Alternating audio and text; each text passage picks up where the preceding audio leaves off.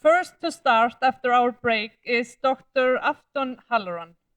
She will be joining us live online.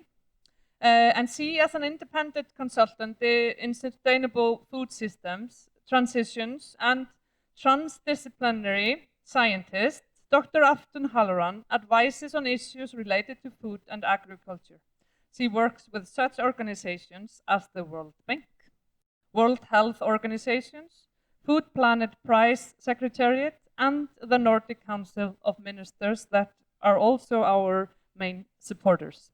She has written and co-authored multiple books and research papers on food policy and security, underutilized food, urban agriculture, dietary shifts, and gastronomy. Afton, thank you so much for being with us here today. We are more than ready to dive into these topics with you. The floor is yours. Thank you so much. I'm just going to get my slides up so everyone can see them, and also make sure that I can't see myself. So again, I'm going to be talking today about how we communicate the impacts of climate change in Nordic food systems. And so as Asta said, I've been working a lot with these different topics from multiple perspectives. I want to share some of those experiences with you. So when we talk about climate change in terms of the food system, we're talking about everything from production all the way to consumption. And climate change, when we talk about food, is responsible for about 1/3 of the greenhouse gas emissions emitted globally. But at the same time, climate change has a massive effect on our food systems, like how we grow our food in the future. When we have higher temperatures, that it might actually have a very detrimental effect on our agricultural production. But the thing is, we focus so much on climate change, but there are so many other environmental impacts. When we think about biodiversity loss, the food system is the single largest driver of biodiversity loss. And at the same time, we're consuming fewer diverse foods, meaning that what we see in our supermarkets and what we're consuming is much less diverse than we could possibly imagine. And at the same time, looking at our food system, it's a main driver of land use change. So when we consume foods that are have a massive environmental impact, that also means that we are deforesting and also changing the land use in other parts of the world, not only at home. And also fresh water. When we think about food, we also have to keep in mind the virtual water content, the amount of water that it takes to basically grow the crops. And 70% of the water that is fresh water that's used globally is actually attributed to the food system. So just producing food uses 70% of the fresh water around the world. And then there's the degradation of soil and water resources. And so as we put pesticides or other chemicals on the soil, that can degrade the soil, but it can also degrade our water resources, showing up in oceans and other marine environments. And so at the same time, we also can't forget the issue of food waste. So when we think about how we misuse resources in terms of our food system, 30% of the food that we produce is just thrown away, which is absolutely crazy if you actually think about it. So the thing is that scientists like me, we often talk about these numbers and these facts, but it often leaves people feeling very, very helpless and hopeless. And I think that as I've learned over time and through experiences, is that we need new ways of communicating these pretty heavy topics. And so we have to acknowledge that it's time for transformation. And we know that our Nordic food systems are not delivering on all of the 17 Sustainable Development Goals. And so we need strategies to move our food systems to basically a desired state. And so I want to talk about just some ways we can do that. How do we best communicate for that change and how it needs to happen? So one way that I've worked with is called the Museum of Food. So this is an exhibit that we launched during my time at the Nordic Food Policy Lab of the Nordic Council of Ministers, a project that has since closed. But basically, we looked at 9 different kinds of favorite foods from around the world, and we basically put them in capsules. And we showed what the world might look like if these favorite foods would be endangered. And if you think about them, these foods that we so much love, on a museum wall, you can imagine what it would be like if they were completely removed from our everyday lives and from our food systems, and how that would make us feel. And if we remove them actually from our tables, many of us would miss these items. Another example that I can talk about from Denmark is called the catastrophic meal. So this basically was a project that looked at how do you give different chefs the idea of coming up with a dystopian idea of what our meals might look like in the future, not in the not too distant future, if we continue on the trajectory that we are moving on right now. And so you can see here an example of a fish head, and what that that is not looking very appealing, at least in this photo, and how that can also resonate with not only the facts and figures, but also with people's sensations and with their experiences with food.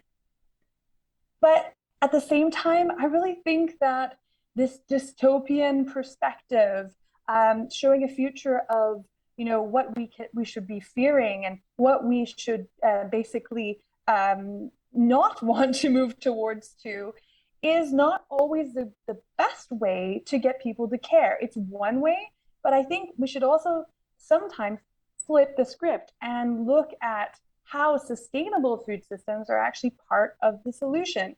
Because if we don't get it right on food, we will never address all the 17 SDG goals.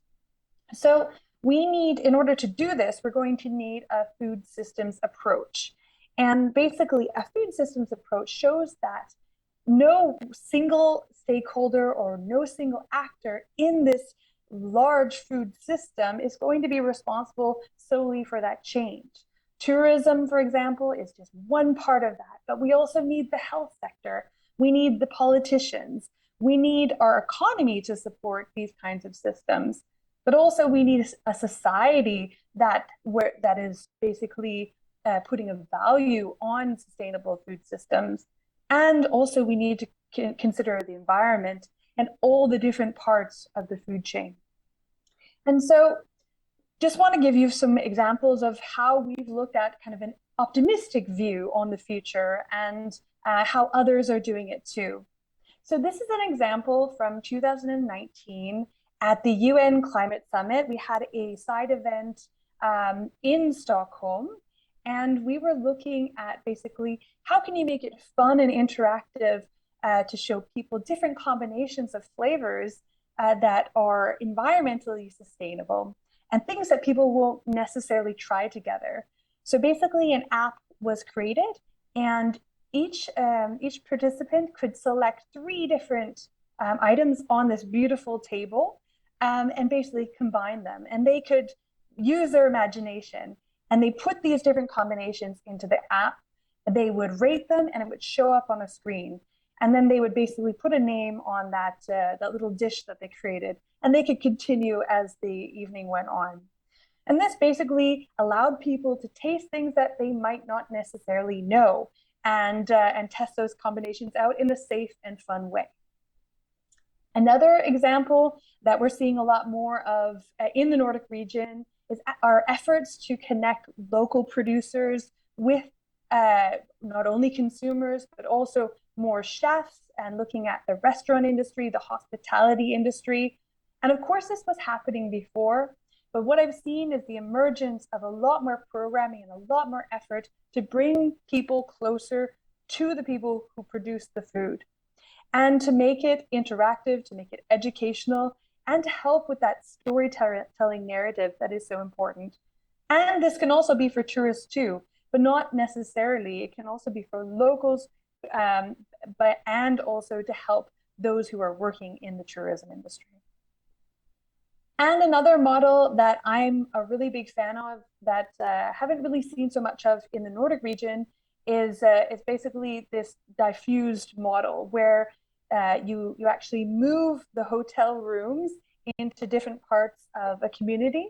So you diffuse the hotel, and that means that in rural communities, you have people staying in different parts of those communities, interacting, learning about the food culture, also interacting with the producers, experiencing the beautiful landscapes around them, and having that full experience of the food system, not just the food itself on the plate, but something much more kind of rich and where you are able to follow the whole system. And this is pretty common in Italy. The idea came from there, and it has also grown to other parts of the world. We can also see other examples showing up in the Nordic region of where people can come and stay on a farm, and many of these are small-scale farms, and pick their own ingredients, make their own food, and really experience things firsthand. And this is becoming increasingly more popular now. And we also have to think about the idea of soft power. I believe you're all exercising that very well, especially those of you who are working in government institutions. And just two examples. So the Nordic Food Policy Lab teamed up with the Nordic consulates in Shanghai and looked at the issue of food waste. And basically, we hosted a dinner where we were bringing in different products that the participants could work with and make their own meals with. But also we had a hackathon like you're doing in Iceland, and really made it quite interactive in sharing this culture between China and the Nordic region. And also I host a podcast for the Nordic Council of Ministers called Nordic Talks. And we basically use different kinds of formats like the podcast format to communicate these big ideas in terms of the Sustainable Development Goals, and looking at how different people from the Nordic region and from abroad are discussing and working with the same issue in different ways. And finally, I'm also working with a foundation, and we host the largest prize regarding food called the Planet Prize. So rewarding game changers is a massive part of fostering this transition to a sustainable food system.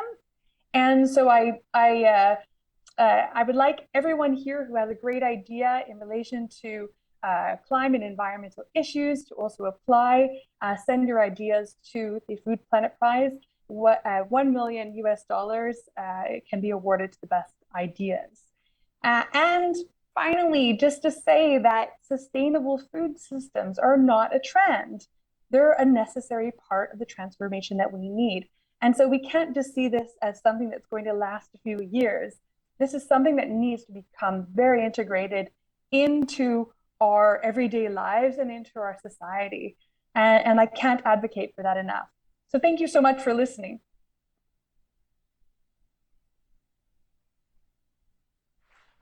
Thank you so much, Afton, for being with us.